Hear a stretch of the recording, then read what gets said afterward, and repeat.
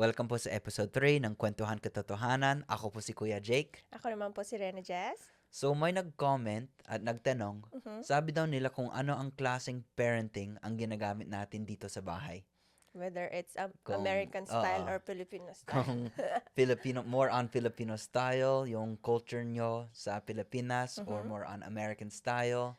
Pero bago yan, kukwento muna namin kung anong klaseng childhood at Oo. kung anong klaseng parenting ang naranasan namin ni Jake nung kami mga bata pa. Pero syempre, ginagamit natin yung nakita din natin nung mga bata tayo, di ba? Yes, Oo, totoo. hindi natin ginagamit dahil ayaw natin, di ba? Yes. Kaya maganda yan kung ikakwento muna natin yung childhood natin, kung ano ang naging parenting style ng mga magulang natin, kung anong nangyari. So, siguro ikaw mag-start. Mag-start ako. Oo. Anong klaseng childhood? Siguro alam naman na nila na sa mga nakaraang podcast natin na sinabi ko na lumaki ako sa lolo't lola. Oo. Totoo po yan. Kasi nga, 2 months pa lang akong pinanganak noon, nag-decide nang maghiwalay si mama at papa. Kasi, I think, masyado lang silang maaga. Hindi naman siguro masyadong maagang nag-asawa. Oo. May mga ano lang na talaga hindi sila magkasundo. Sa mga naririnig ko na si papa daw, ganito, nagsusugal, nangiinom, madaming kwento. Oo. So, syempre si mama bata pa, parang nag-decide siya na parang hindi pa niya natapos or naabot yung mga gusto niyang pangarap sa buhay. So, nag-decide siya na iwan ako kay lolo at lola. And doon ako lumaki. So, syempre, old school.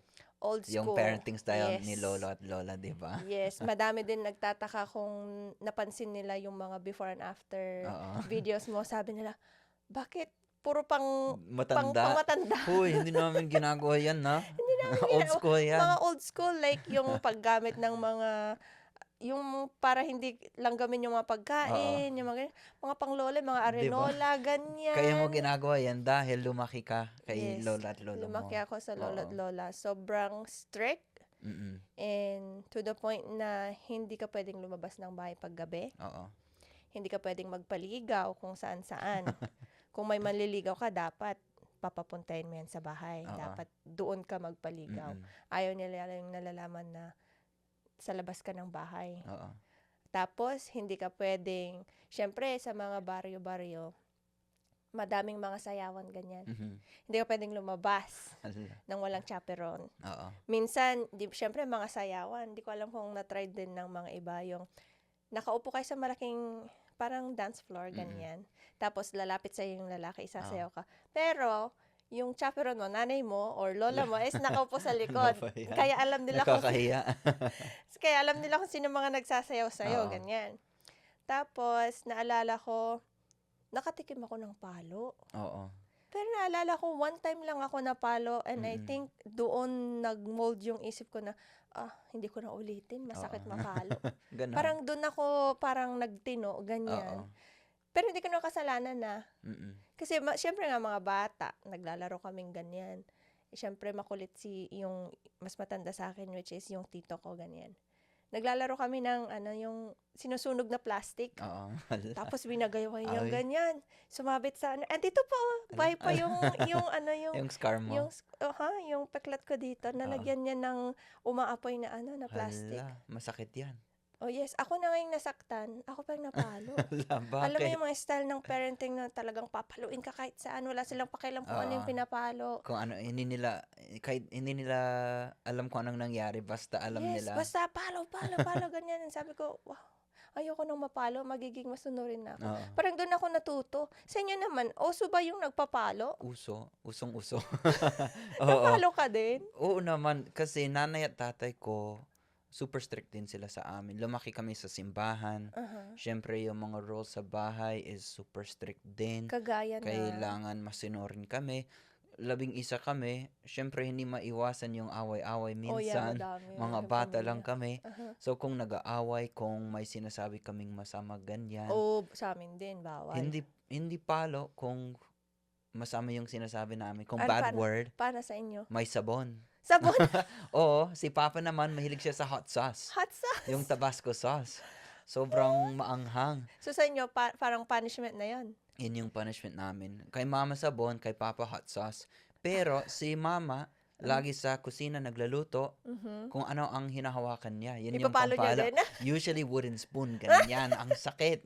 Pero ako, syempre, hindi ako masyadong pasaway, ganyan. Mabait na Pero, bata. pero nakita ko ang mga kapatid ko, lagi. Palo. Palo ng palo. Pero naalala ko, nung bata pa ako, sabi ko, ayoko ng ganitong punishment. Siguro effective, hindi ko alam kung effective. Pero sinabi ko, hindi ko gagawin to sa mga anak ko. Ayoko ng Ayaw mo ng ganyan. ganito. Ayoko ng physical na kasi baka matrauma sila, 'di ba? O talagang masaktan sila. Yes. Lalo na ngayon, 2024, hindi Ngayon, pwede. iba na ngayon ang Iba na. parenting. Pwede Hindi ka nang pwede. makulong pag namalo ka ng Oo. anak. 'Di ba? Ibang-iba. Ibang-iba. Pero, pansin ko lang din, ibang-iba yung pag-uugali ng mga bata ngayon Mm. sa mga bata noon. Totoo. Oo. Pansin mo? Kasi siguro dahil lumaki sa technology, internet, may YouTube, ganyan, pinapanood nila yung mga ibang bata, ganyan. Tama. So, iba din yung ugali. Totoo yan. Kasi tayo siguro mga pasaway, laging naglalaro sa labas, nasasaktan. And Yes. sabi mo, nasaktan ka, Nasaktan napalo nga ka ako. pa.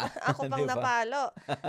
Pero umepek naman, I think, para sa akin, effective naman yung pag-physical ng konti. Konti lang. Oo. Hindi yung sobra na to the point na talagang madidisgrasya mo na Yeah, yung anak mo sa totoo. sobrang mo. Para So, lang alam nila na yes. nagkamali sila. Yes, kasi ngayon hindi na sapat yung salita lang na Oo. anak, hindi ganyan or hindi tama yan.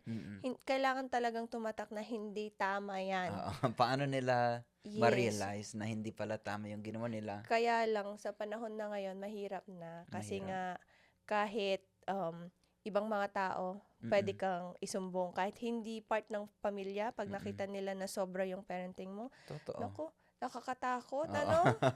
Kung anong ikukwento nila sa school, 'di ba? Yes. Sasabihin nila sa teacher or sa mga ibang students. Yes. Tapos hindi mo alam hindi, actually curious ako sa mga ibang magulang kung anong ginagawa nila, kung anong punishment nila, kung salita Salita lang ba? baka kinukuha nila yung tablet nila. Hindi ko alam kung magandang punishment. Kaya curious din ako kung anong ginagawa na mamalo pa. 'Di ba? Yes, pero I think sa atin naman is balance. Oo, super balance. More on kausap tayo kasi as a bata na naranasan mo na yung talagang physical na Oo. na pagdidisiplina, parang ayaw mong maranasan nila. Pero at the same time, pag talagang makulit na sila, hindi na Tama. nakikinig, kailangan din na dapat bigyan mo din ng medyo mabigat. Oo. Sa bagay. Pero para sa iyo, 'di ba, lola at lolo mo ang nagpa-punish sa iyo kasi wala yung magulang yung mo. magulang, Broken yes. family kayo, 'di ba? Yes. So, kwento mo naman siguro kung paano nangyari yan. So, growing up naman as a broken family, madaming struggles and hirap syempre. Kasi nandoon yung time na habang lumalaki ako, nagtatanong ako sa sarili ko, ano ba yan? Wala na nga akong nanay, wala pa akong tatay. Oo, wala sila sa buhay mo. Yes. Yung kay mama naman, nung bata pa ako, na siya, OFW siya. Oo. So, syempre bata nga, hindi mo maintindihan kung bakit lumayo yung magulang mo. Oo. Hindi mo Parang maintindihan hindi ko maintindihan yung meaning. kung bakit wala si mama Yes, lagi. the whole time nagre-rebelde lang ako na sinasabi ko na ano bang ginawa ko? Oo.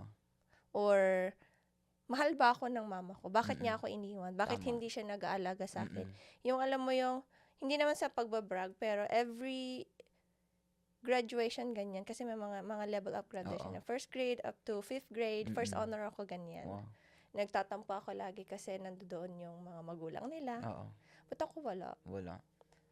Parang, yun na lang laging nasa isip ko, parang, OFW, parang walang kwenta. Oo. So, hindi ko na-appreciate yung mga pinapadala niya, mga boxes, ganyan, mga pasalubong, yung mga allowance ko.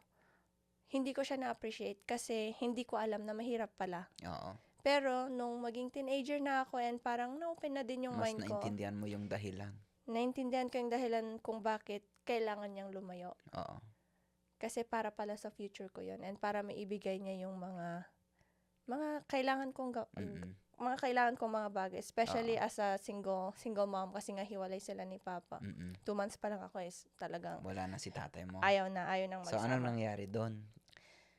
So, kay Papa naman, sabi nila na someday or baka napapanood niya 'to, gusto ko lang munang malaman niya na ngayon wala na akong parang sama ng loob sa Oo. kanya. As in, napatawad ko na siya, kung ano yung Mm. mga pagkukulang niya noon. Parang okay na lang din, parang nakalimutan ko. Siguro may mabigat siyang reason bakit niya nagawa yon. And naalala ko noon, maliit pa ako, parang may sumusunod sa akin papuntang school. Hindi ko alam siya yun, hindi ko alam Hindi yung mo alam itsura yung niya. itsura niya, Hindi, di ba? hindi. Saka ko na lang nalaman yung itsura niya nung nag-high school na ako. And then, yung graduation ko, hindi ko makakalimutan. Nandoon siya, pero syempre ayaw ng side ng family, ganyan. Ayaw siyang palapitin. May konting, Away. parang hindi naman away. Parang ayaw nilang lumapit, ganyan. Syempre, protective lang din. Naintindihan ko naman yung part nila mama na super protective sila sa akin. Naman, syempre. Kasi after ba naman, how many years ngayon ka lang Ang magpapakita? tama. Oo. Anong reason? Kabilang barangay ka lang eh. Oo, madaming pagkakataon sa Yes, para madaming lumapit. pagkakataon. Mm. And then, nakakainis lang minsan na yung mga tao sasabihin. Parang ang dali lang para sa kanila na sabihin na kahit anong gawin mo, balibaliktarin mo man yung mundo, tatay mo pa rin yan. Oo. So, dapat patawarin mo ganyan. Pero hindi nila nararamdaman yung sakit eh. Di ba? Hindi. Never siya naging father figure sa'yo, di ba? Yung sakit, tampo, hinanakit, yung mga tanong na kinimkim ko for how many years Oo. na hindi niya nagawa ganyan. Tama. Pero one time, naalala mo? Oo, naalala ko. Grabe yung kwento na to. Okay, so one time, so after 29 years, birthday ko yon. Dito ka na sa US. Nandito na ako sa Matagal na US. tayong mag-asawa. Pabalik-balik na tayo ng Pilipinas. Nakalang uwi tayo. Hindi siya nagpakita sa akin. Pero, nagulat ako one time, birthday ko, 29 years old ako. Sabi ko, nagulat ako siya yung nasa telepono. Kasi binigyan ko ng cellphone. Nag-reach out ako sa side niya Oo. nang hindi niya alam. Kasi gusto ko lang malaman, may mga kapatid ba ako sa kanya? So, Siyempre, curious ka. Yes, curious lang din ako. So, nag-reach out ako, binigyan ko sila ng cellphone. Sabi ko, para may communication tayo, pero wag mong sabihin kay Papa. Pero, nagulat ako, yun yung una niyang ginawa. Binigay niya kay Papa. Kasi hindi pa ako ready na kausapin siya eh. Oo. Ako ba dapat ang lalapit? Mm-mm. Tingin mo mali ba na antayin ko muna siya lumapit? Mm. So, yun, finally, tumawag siya, nag-reach out siya sa akin. Sabi niya, alam mo yung, hello, ganyan, parang alam mo yung bigat ng nararamdaman ko. Magagalit ba ako?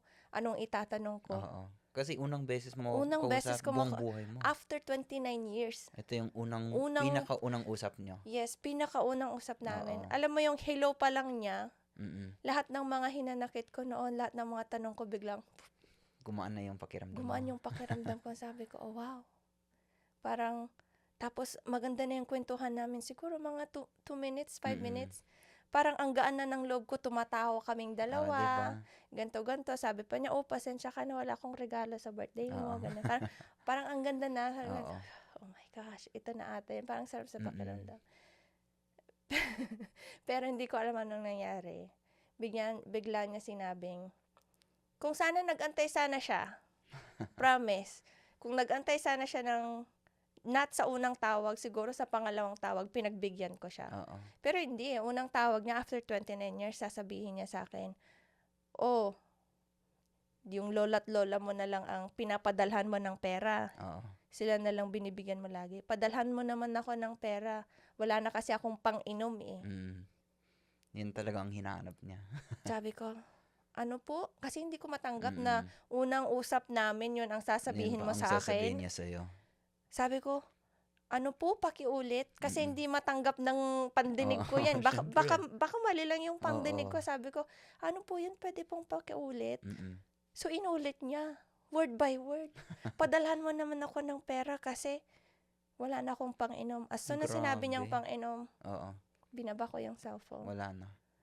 Sabi ko, yan yung iisang chance niya at yun pang sinabi niya. Humingi ng pera na pambili ng alak. yes. Parang, alam mo yung parang gumuho yung mundo ko na sabi ko, wow, binigyan kita ng chance after 29 years. Ako nang nagpakumbaba. Tama. Kinalimutan ko lahat ng mga ginawa mo. In-accept na kita. Oo. Kung sana nag-antay lang siya, kahit isang araw lang, Diba? isang araw lang. Siguro pagbibigyan ko talaga, hindi naman ako madamot. Kung akala nila na madami tayong pera. No? Diba? Pero ako yung taong pag may extra, mabilis lang ako magbigay. Hindi ako madamot eh. Tama. Kung sana kulang siya kasi sa timing.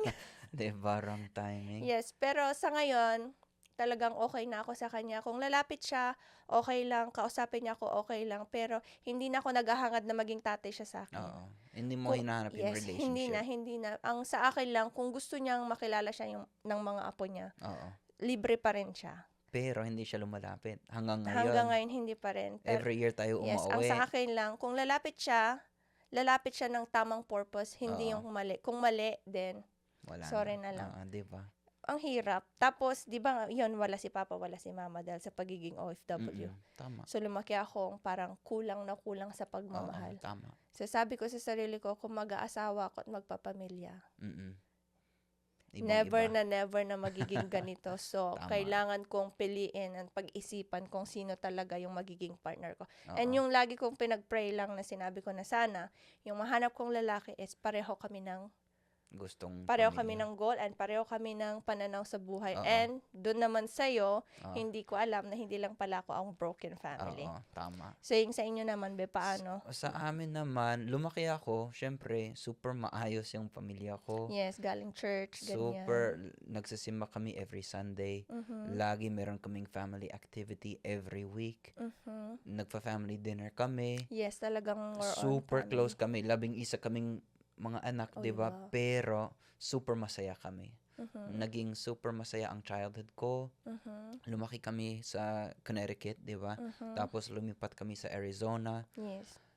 Syempre napansin ko once teenager na ako, napansin ko yung away nila mama at papa na Napapadalas na ganyan. minsan medyo mean si papa kay mama, minsan yung mga salita ni mama masakit kay papa. din. So nag-aaway sila lagi pero parang wala lang sa akin. Syempre Tsaka alam bata mo, lang syempre ako. sa marriage may So away-away. hindi ko alam na may problema sila pala.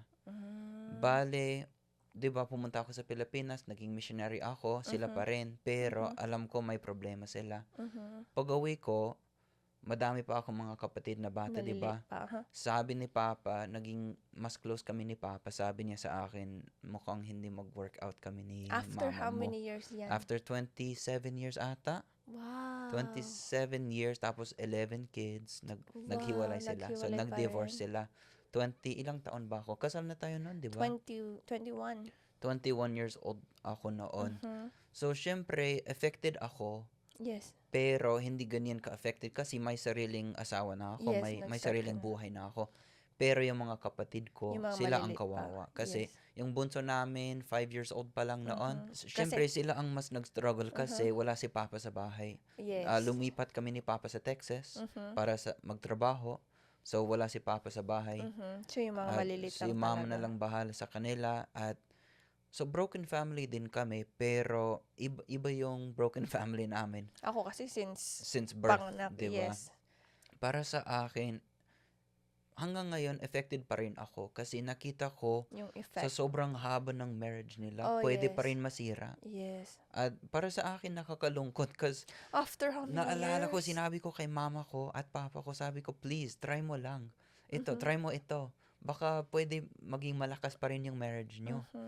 Pero sabi Pero ni wala na papa na talaga. kahit anong gagawin ko, wala. Hindi na masaya. Hindi na masaya. Kaya Oh. naghiwalay. At siguro mas masaya silang dalawa ngayon. May sariling Mga asawa at pamilya na sila. Pero, syempre, may part pa rin hanggang ngayon na sabi ko, what if, di ba? What if sila pa rin? Mas maganda ba yung buhay nila? Mas masaya ba masaya sila? ba sila? Kasi, syempre, may mga struggles din sila. Pero, kaya, ever since nakita ko yan, first or second year ng marriage natin yan, di ba? Sabi ko, okay, gagawin ko lahat Ng every makakaya day mo. na kaya kong gawin para maging matatag, maging masaya, maging malakas ang marriage, para never yan mangyayari. Kahit 10 years tayo, 20 years, 30 years, ganyan pa rin tayo na parang newlyweds tayo. Yan yung gusto ko. At effective. Para sa akin, effective yung ginagawa natin, I diba? think, yes, effective. Kasi sa akin din, growing up na ganyan talaga, ang hirap. Mahirap. Isipin mo yung, okay, mga anak natin mag-struggle. I mean, mararanasan yung Oo. same. Tama. Ang hirap kaya. Like yung, sa akin, yung pagiging OFW na lang. Di ba? Sa inyo ba uso ang OFW? Diba, sinabi ko sa'yo before na Yes. yung OFW, Hindi mo alam yung meaning nung niya. Yes. unang pumunta ako sa Pilipinas, medyo odd sa akin Yes. ang pagiging OFW. Sabi ko, bakit Bakit papunta kailangan? pa sa ibang bansa? Hindi ko alam na yung mga opportunities sa Pilipinas is iba, 'di ba? Minsan Yes. necessary talaga lumayo para lang Para, magtrabaho, para lang yes. magpadala ng pera. Mhm. So naalala ko yung pagiging OFW sa akin, sabi ko, bakit pa kailangan Bakit yan? kailangan? 'Di ba? Mhm. Pero once na-realize ko na talagang kailangan nila lumayo kasi iba talaga yung opportunity sa Pilipinas. Mhm. Minsan hindi makahanap ng trabaho, Yes. 'di And ba? abroad lang yung kailangan So, gawin. once na-realize ko yan, sobrang mataas yung respect ko sa mga OFW. Sabi ko, Yes. wow, aalis sila ng ilang taon para lang Yes. magpadala sa pamilya nila. Mhm. Minsan, hindi nila makakita ang mga anak nila ilang taon. Mhm. 'Di Totoo ba? yan. Kagaya ng mama mo.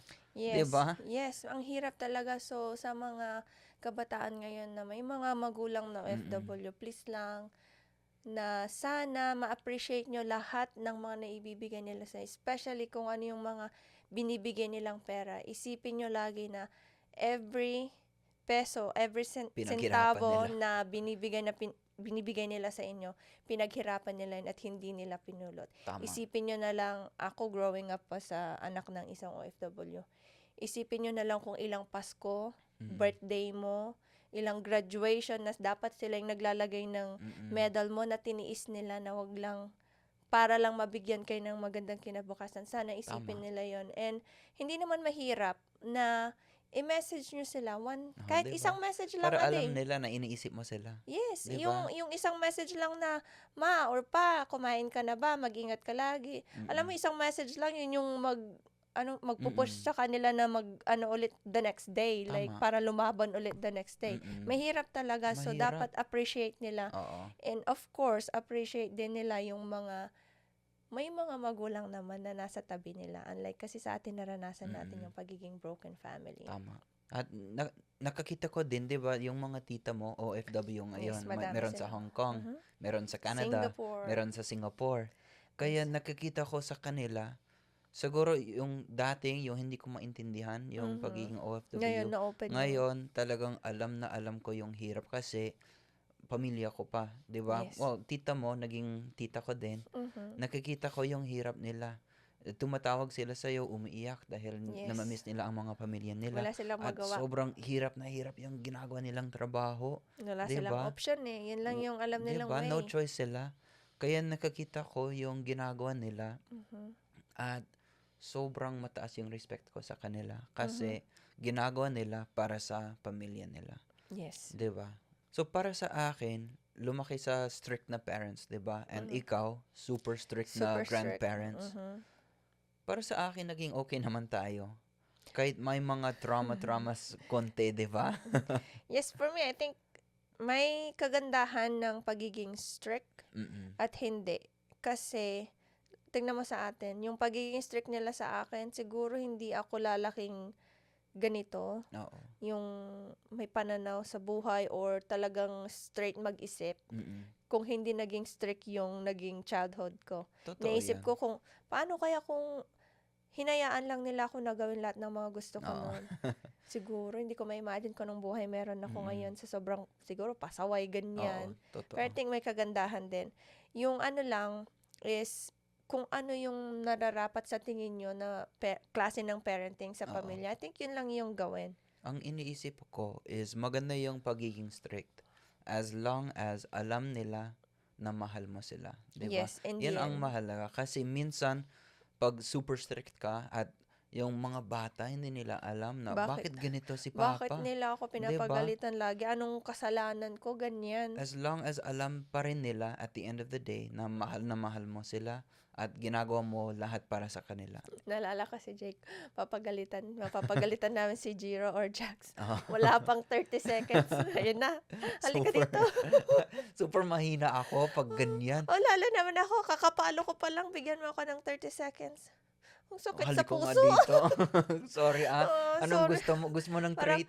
maiiyak na ako. Sabi ko, bakit ko siya pinapalo? Di ba? Bakit? Tapos lalapit ako agad and sasabihin ko, "Oh, alam mo naman siguro bakit ka napalo, 'di ba? Mm. Kasi hindi ka nakikinig eh. Love Tama. ka ni mami, kaya ganyan-ganyan." Tama. Tapos mamaya bati na kami. Mm. Ganun lang naman yun. Totoo yan. At para sa akin, close ako kay mama at papa. Mhm. Pero ang gusto kong relationship sa mga anak natin is iba din. Na super loving, super close. Pwede Mhm. nilang sabihin kahit ano sa atin. Kasi Yes. ako, nung teenager ako, tinatago ko. Halos Pareho lahat tayo. tinatago ko. Hindi ko pwedeng sabihin kasi papagalitan lang ako. Pareho tayo. Hindi ako, totoo, lumaki ako sa lolo't lolo, pero hindi ko masasabing yung closeness to the point na sinasabi ko lahat ng problema Oo. ko or kaning nararamdaman Tama. ko Ganun or din ano yung ako. mga struggle ko. Hindi ko sinasabi. Mm-mm. Kinikim-kim ko na lang. Kasi And, hindi ko alam kung maiintindihan nila ako or pagagalitan lang oo, nila di ako. So ba? sabi ko, tahimik na lang ako. Tama. Sa akin na lang, wag ko na lang sabihin. So, yun nga, tama din yung sinabi mo na yung relationship na gusto natin sa mga anak natin is parang, alam mo, yung mag-best friend lang. Tama. Yan yung gusto ko. Yung hindi sila Siyempre, maglilihim sa atin. oo. Tuwang-tuwa ako pag sasabihin, "Oh, mami, ganito, may crush ako." May crush, di ba? Yan din yung Di iniisip ba? ko kasi nung teenager ako, kung sinabi ko kay papa na may May crush crush ka, ako, pagagalit. papagaling, sasabihin niya, "Oh, wag kang ganito, ganyan." Sasabihin ko, okay, wag ko na lang Sabihin, sabihin. pagagalitan Grabe ako eh. naman to. Pero ang gusto ko is ibang relationship sa mga anak natin. Gusto ko maging open sila Mhm. kasi once adult na sila, Yes. once Yun matanda yung, na sila, yun yung mahirap. mapanganib ang mundo, Yes. At least may kahit isang o dalawang tao na pwede nilang sabihin kahit ano, 'di ba? Tama, yung hindi sila takot. Kasi totoo yan, once na umalis na sila sa poder natin, kahit Mm. gaanong anong tawag nito? Kahit gaano natin sila protektahan, Tama. ganyan. Oo. Pag alis nila ng bahay, hindi mo na sila Tama. mapoprotektahan. Sila na bahala. Yes, nandoon na yung talagang sila na mismo yung makakakita. I think mas maganda din na yung parenting is konting strict, na dapat kinakausap, na maging, parang Mm. magkaibigan lang. And at the same time, tulungan natin silang maging open. Tama. Yung mind nila sa Mm. lahat ng nangyayari Oo. outside ng bahay para aware sila At paglabas nila. at alam mo kung saan nila makakita 'yan? Yes. Sa ating dalawa, 'di ba? Yes. Sa Through relationship example. natin, 'di ba? So through our example, Mhm. yan din siguro ang gusto nilang gawin sa if ever I think magiging nakikita asawa ko na nila, yan 'di kay ba? Jax. Naalala ba? ko one time, sabi niya, "Mommy, I think I'm gonna marry a same one like you." Sabi niya, "Bakit? Hala. Paano mo nasabi?" "Because I want someone to massage me every Ala. night." Grabe naman 'yan. Diba? Ang Oo. cute. Sabi ko, "Oh, wow." Parang effective ata yung Mm. isang pagiging good example Tama. pa. So I think mas maganda 'yan. Kaya super kung maayos ang relationship natin, nakikita ng mga anak natin na ganyan dapat ang isang relationship, Mhm. magiging mabuting tao din silang Yes, dalawa. matalino ang mga bata sa 'Di ba? panahon ngayon. Kung ano yung Mm. nakikita nila, talagang Yun yung kinokopya ginagawa nila. nila. So, Tama. ano yung nakikita nila na akala nila tama, Oo. gagawin nila kasi yung nakakita nila sa mga Mm. adult. So, dapat mag-ingat tayo palagi kung ano yung mga sinasabi, yung mga Mm. ginagawa natin sa harap nila. Kasi, yun yung ano Oo, nila tama. parang, Nakakita nila yes. lahat.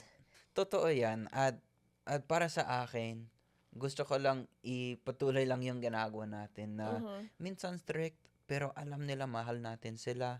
At as long as mabuting tao sila, yan lang yung gusto ko. Yun lang yung 'Di inano ba? ko din, yung may takot sila sa Diyos, may Tama. respeto, and mapagmahal, ganyan. And Mm. kung may extra kayo anak, sige, tumulong. Oo, totoo yan.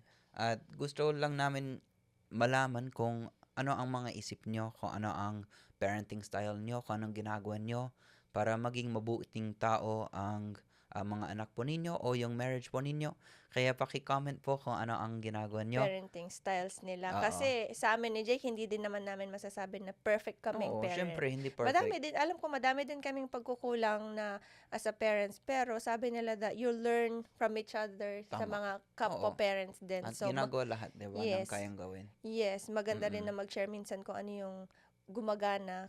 Kasi hindi rin lahat kung ano yung Mm-mm. gumagana sa atin, gagana sa Oo, iba. totoo. So, may iba-ibang mga kwento ganyan. Mm-mm. So, I think nakakatulong kung lahat tayo mag-share Tama. kung ano yung mga nakakabuti. Oo. Pero gusto lang po namin magpasalamat sa inyo sa panonood o sa pagkakinig sa aming podcast ngayon.